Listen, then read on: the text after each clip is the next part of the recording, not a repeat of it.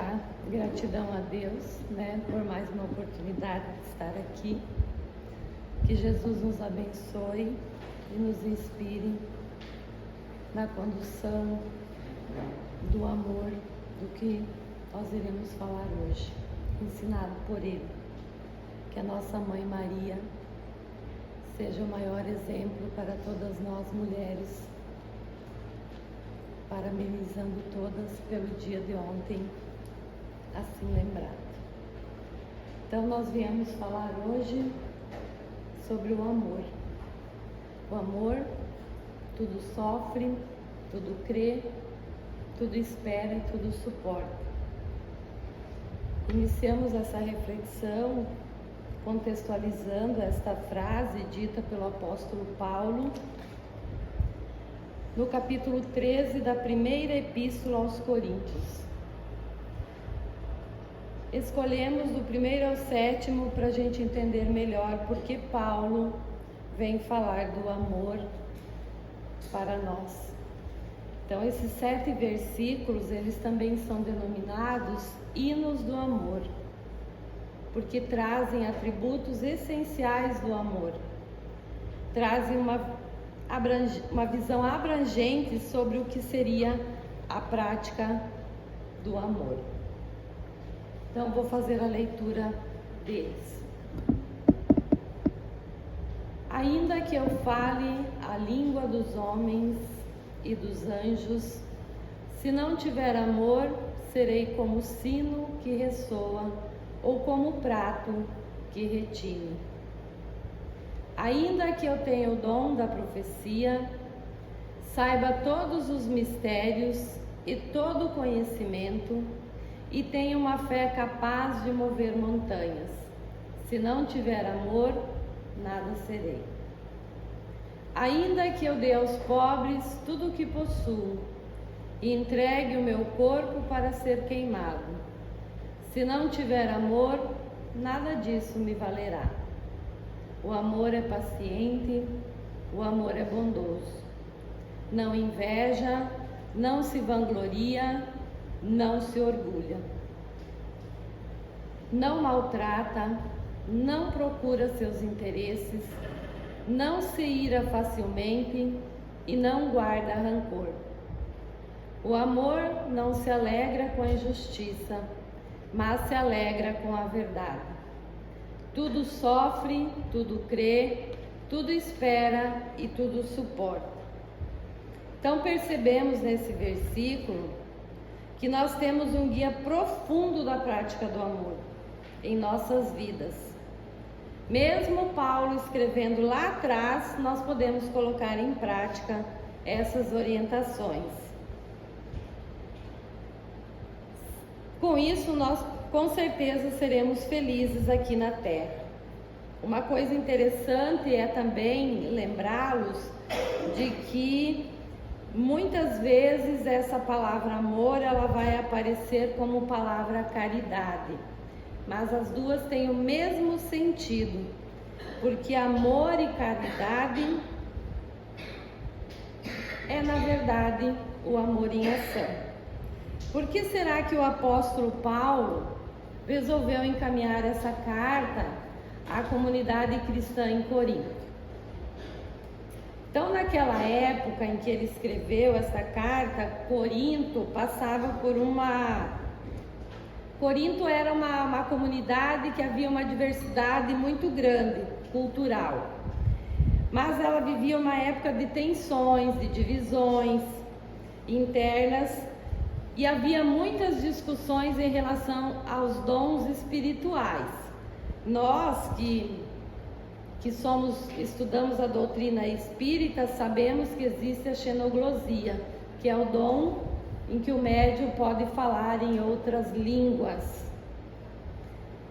Então, que os dons espirituais, ele faz refletir, porque aí naquela época em Corinto, esses dons que começaram a aparecer foram interpretados muitas vezes com um certo egoísmo, exibicionismo, né?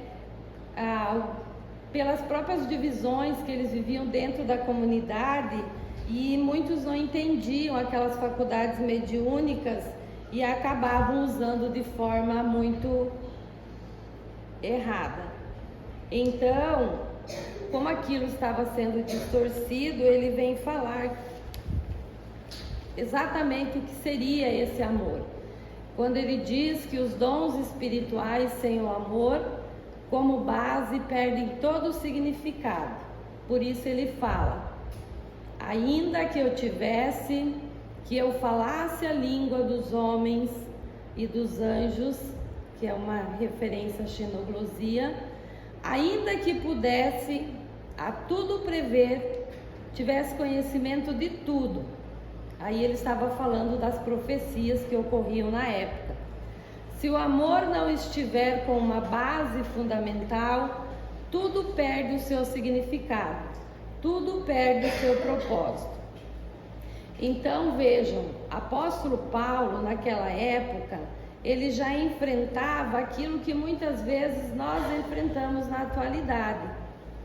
A mentalidade egoísta de muitos que lá viviam e acabaram usando essas faculdades mediúnicas de forma precipitada ou exibicionista. Ele viveu também a vaidade entre os cristãos, que nós presenciamos isso também. O apóstolo Paulo destacou os dons espirituais, mas cabe a nós fazermos uma reflexão onde nós podemos aplicar tudo isso. Que de nada adianta eu ter uma inteligência brilhante, falar de forma encantadora sobre o espiritismo, sobre o evangelho, se eu não tiver amor. De que adianta eu posso até ser um médium repleto de potencialidades mediúnicas, mas se eu não fizer com amor, se eu não agir, meu trabalho de nada adianta. As palavras de Paulo, elas são extremamente relevantes. Por que essas palavras estão e serão sempre atuais? Porque o amor é e será sempre o sentimento maior, aquele que deve nortear a nossa vida, tudo aquilo que nós somos. As palavras do apóstolo Paulo, nós podemos então citar alguns exemplos da nossa era contemporânea. Mahatma Gandhi, na Índia, disse uma vez que se todas as escrituras se perdessem, mas que se restasse o sermão do monte, o sermão da montanha, nada estaria perdido. E Paulo também, se nós formos abordar, como disse Gandhi, nada estaria perdido. Então nós vamos começar a refletir: o amor tudo sofre, a fala de Paulo. O que ela quer nos ensinar? Talvez a gente pode pensar, todos nós, que quem ama é capaz de suportar, de enfrentar as adversidades. Sim, o amor tudo sofre, tudo suporta, todas as diversidades, todas as turbulações que nós temos na vida, mas ele é muito mais do que isso. Primeiro, a aceitação das dificuldades que envolvem as relações humanas. O que seria isso? Que ainda nós vivemos no século 21 situações conflituosas, mas isso nós consideramos porque nós somos seres imperfeitos em processo evolutivo. Então as dificuldades nas relações nós sempre iremos enfrentar. Enfrentar e superar as adversidades. O amor que tudo sofre tem disposição para enfrentar tudo que é diferente.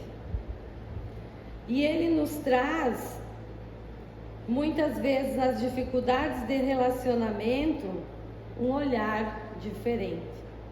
Então, ele nos dá a resiliência emocional. O que seria isso, a resiliência emocional? A aceitação das dificuldades em relação ao amor, a capacidade que nós temos e podemos ter de suportar as tensões, as decepções, as tristezas, que podem e com certeza advir de relacionamentos, da vida, porque nós vivemos em sociedade.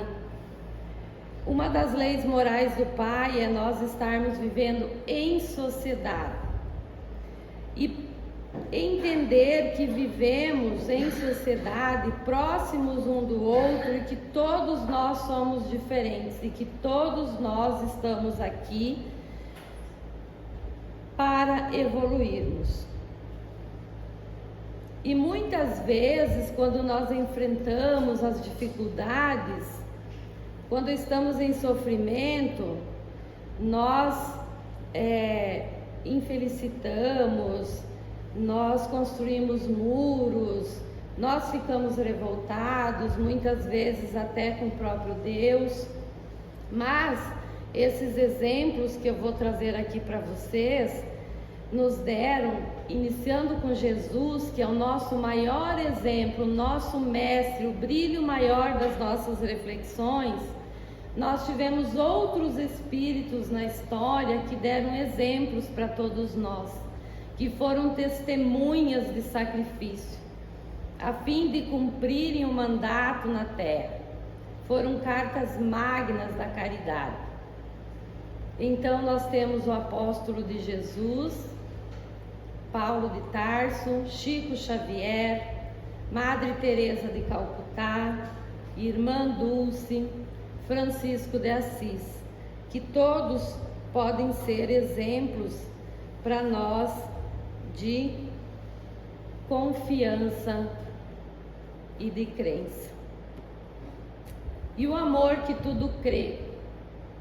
Então, o amor que tudo crê, ele nos ensina e nos mostra a fé como componente crucial do amor. Eu preciso acreditar. O amor que tudo crê nos traz uma confiança inabalável na capacidade de melhora do outro, na disposição de acreditar no melhor do outro, confiar, acreditar que o outro pode melhorar, que ele tem a centelha divina do amor no seu coração, que está plantada no coração de todos nós. O amor que tudo crê também confia em si. Você crê na sua capacidade de mudança, de transformação, de superação, na sua capacidade de amar, evoluir.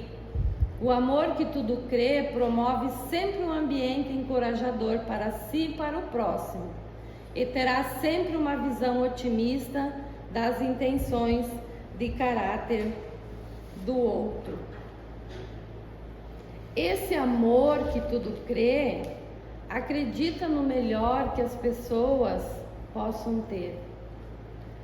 Ele compreende a condição humana de todos nós e nos motiva em todos os momentos para que nós possamos evoluir. Esse amor que tudo crê acredita que a fé e o amor estão conectados. Só pelo amor todas as discórdias, todas as dificuldades podem ser superadas. Cito aqui um outro exemplo para vocês na história contemporânea de Nelson Mandela, que trouxe, após muitas décadas preso por conta da discriminação, do apartheid em que vivia na África do Sul, ele trouxe para nós uma mensagem de perdão e reconciliação. Ele veio unir uma nação toda que estava dividida entre brancos e negros. Ele estabeleceu e promoveu a Comissão da Verdade e trouxe um novo olhar para uma sociedade dividida entre brancos e negros. A partir dessa postura, desse amor, que tudo crê no melhor do outro, foi possível que a África do Sul tivesse uma transição pacífica para a democracia. E o amor que tudo espera. O amor que tudo espera nos faz refletir sobre a paciência, sobre a esperança, porque quem espera tem esperança de que o amanhã será melhor. O amor que tudo espera tem paciência, serenidade, mesmo que estejamos enfrentando situações dificílimas. Ainda assim, o amor que tudo espera tem esperança, paciência, porque tem uma expectativa positiva em relação ao futuro, receptivo às possibilidades e eventos que ainda estão por vir. O amor que tudo espera tem como base a fé divina, a fé no Pai, a confiança de que o amor será sempre melhor, por pior do que o meu hoje esteja. Espera, age sempre com persistência, na prática do bem, porque confia que o amanhã será melhor. O amor que tudo espera, aguarda pacientemente o desenvolvimento das situações, o crescimento e a maturidade das relações das pessoas. Porque muitas vezes nós queremos tudo resolvido naquele momento. Muitas vezes nós queremos tudo para o ontem. Muitas vezes nós não conseguimos olhar que o outro também não está bem. Que o outro esteja na condição, ele não esteja na condição que eu desejo. Muitas vezes ele não está. Muitas vezes há problemas no meu trabalho, na minha casa, mas isso não é possível que eu resolva de imediato. Por quê? Porque nós não somos espíritos superiores. Nós estamos aqui para evoluirmos. Por isso que nós temos que ter o amor que tudo espera. O amor que tudo espera pela fé e confiança na melhoria de todos nós. O amor que tudo crê, sabe e confia que as situações podem e vão melhorar. Então espera com alegria, paciência as circunstâncias do amanhã, que com certeza haverá melhora. Porque Chico Xavier nos traz, selecionei aqui somente uma parte da mensagem dele, quando ele diz: tudo passa, todas as coisas na terra passam, os dias de dificuldades passarão também os dias de amargura e solidão, as dores e as lágrimas passarão, as frustrações que nos fazem chorar um dia passarão. Então Chico diz que o amor que tudo espera nos ajuda a lidar com esse desconhecido que muitas vezes nós não conseguimos compreender, não conseguimos lidar com as incertezas. Quantos de nós vivemos na angústia, no desespero, no conflito por causa do amanhã, sem ter certeza do que irá acontecer? Vivemos com o passado que muitas vezes nos angustia. Muitas vezes sentimos culpa e vivemos no futuro querendo o amanhã. Plantamos, então, irmãos, o amor, a paz, a união, a fé e a confiança, principalmente, porque sabemos que estamos nas mãos do Pai. Ele sabe como conduzir o nosso órgão. Tudo está nos planos do Pai. nada está fora do que Ele planejou para nós. E Ele sabe exatamente de tudo que nós precisamos. E o amor que tudo suporta. Esse amor nos mostra a resistência às adversidades, aos desafios, um pouco parecido com o amor que tudo sofre, mas com uma forma um pouco diferenciada. A tolerância para com o outro, para comigo mesmo, para com o meio em que eu convivo, para com as relações. O amor que tudo suporta é a capacidade de tolerar, compreender as falhas, as imperfeições, as limitações de toda a humanidade. Nós não somos perfeitos, nós somos seres imperfeitos. O amor que tudo suporta nos traz um comprometimento inabalável. Ele permanece sólido, oferecendo apoio. O amor que tudo suporta é uma rocha. Ele mantém a humanidade unida. O amor que tudo suporta é grandioso, é transformador, é lindo. Então o mundo pode estar caindo, mas o amor que tudo suporta está ali nos dando as mãos para que nós possamos levantar. Ao aceitarmos, tolerarmos as fraquezas humanas, o amor que tudo suporta não exige perfeição, porque compreende a condição do outro, mas está sempre disposto a agir com compaixão, com aceitação e compreensão pelo outro. Um exemplo que eu posso citar também, muitas vezes uma família tem uma criança com necessidades especiais.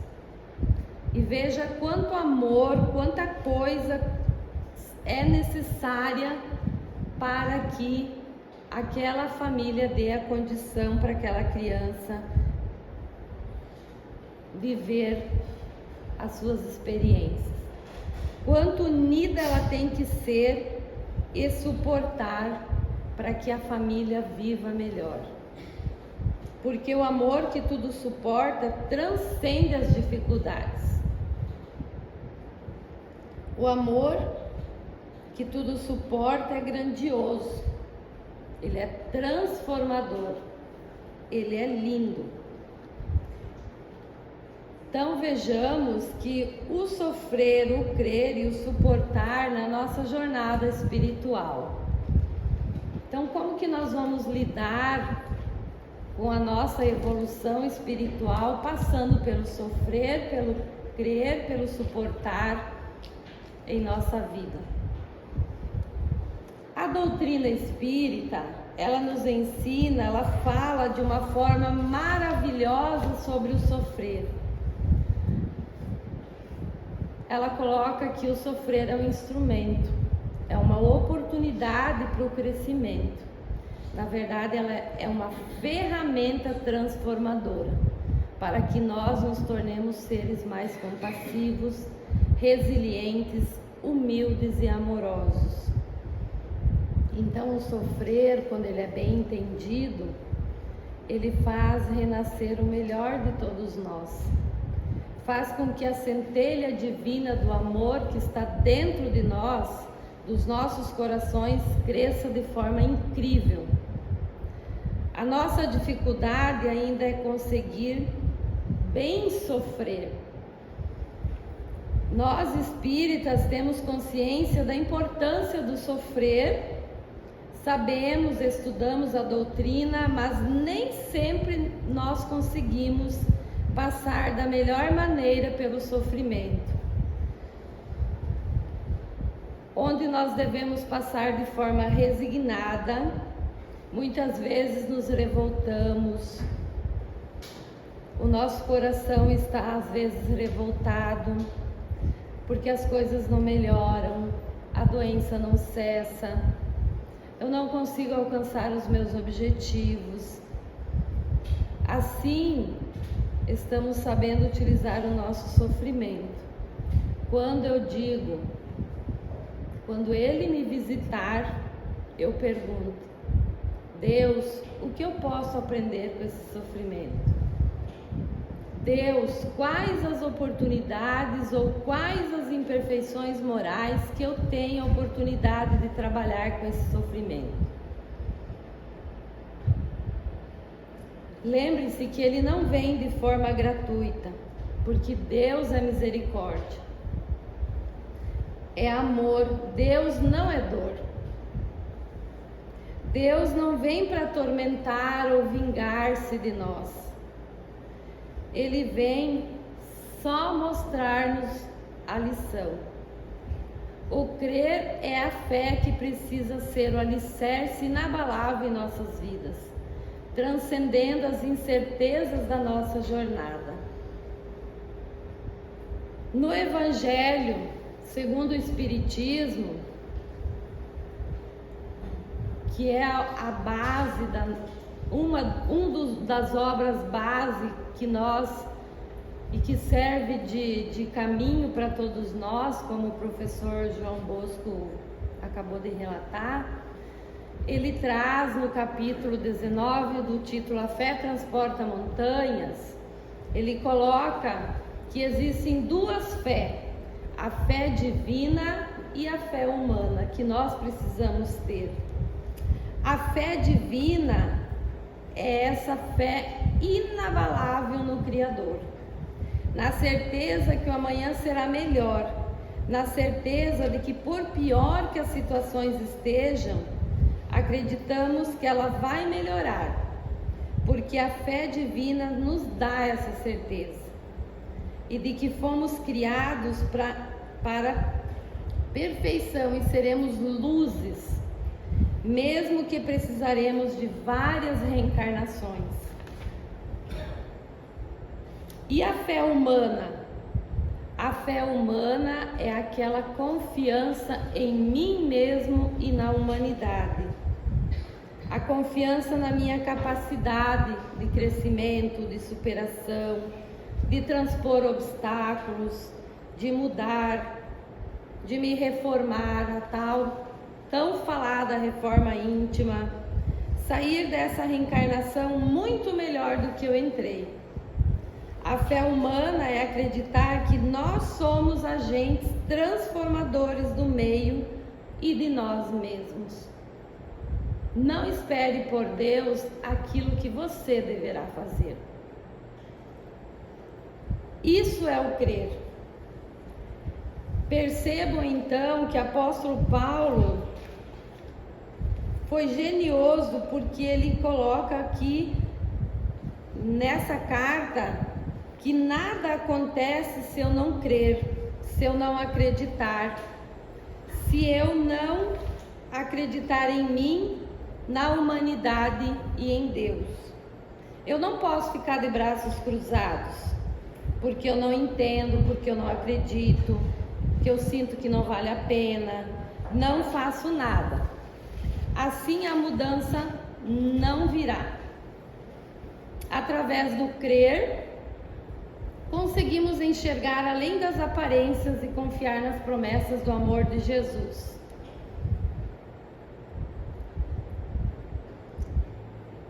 O nosso Mestre Jesus nos trouxe o maior exemplo do amor, que tudo sofre, que tudo crê, espera e suporta. Então, por mais que eu esteja num momento sombrio, eu vou continuar a caminhada, porque vai haver luz no fim do túnel. Eu preciso saber que a cada dia é uma nova oportunidade que eu tenha de fazer melhor, de fazer diferente. Esperar é acreditar que o amanhã será melhor.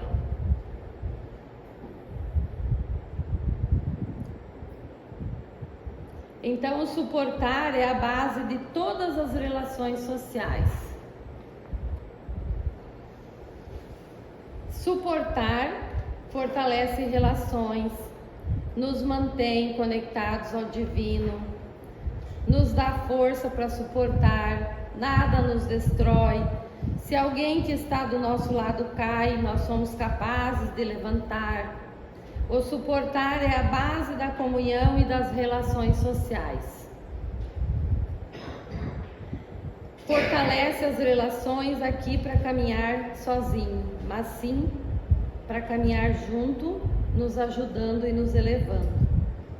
O nosso Mestre Jesus, ele trouxe o maior exemplo de amor que tudo sofre, como citei há pouco, que foi esses dois itens aqui. Deixou-se imolar na cruz, perdeu a vida crucificado em prol da humanidade. Mas o 2 é mais importante ainda. É a maior prova de amor que ele deu para todos nós. Porque Cristo já era um espírito perfeito. Não necessitava reencarnar, e seu espírito alcançou o ápice e a fluidez.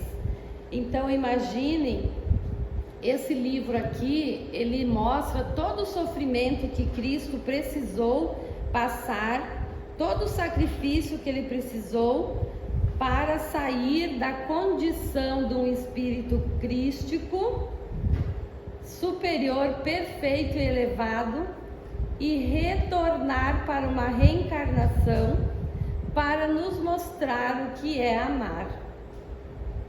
Essa foi, segundo o livro de Hernani Santana, pelo Espírito Áureo.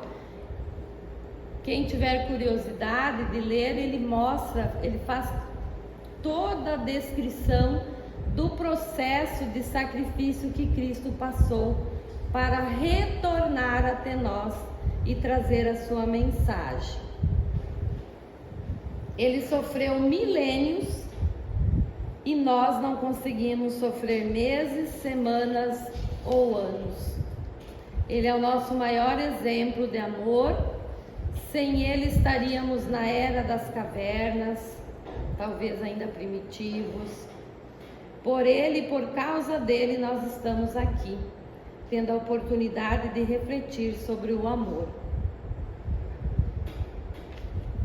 E para finalizar essa exposição, e que nós possamos refletir um pouco e incorporar em nossas vidas esses 4 aspectos que eu citei para vocês do amor: o sofrer, o crer, o esperar e o suportar. Como podemos que esses 4 princípios, como eles podem orientar os nossos pensamentos, as nossas interações, moldar as nossas escolhas, como que eles podem contribuir efetivamente para o crescimento do meio onde nós estamos inseridos, como esses 4 elementos, por menor que seja o nosso gesto, ele pode ter um impacto grandioso e significativo na vida das pessoas.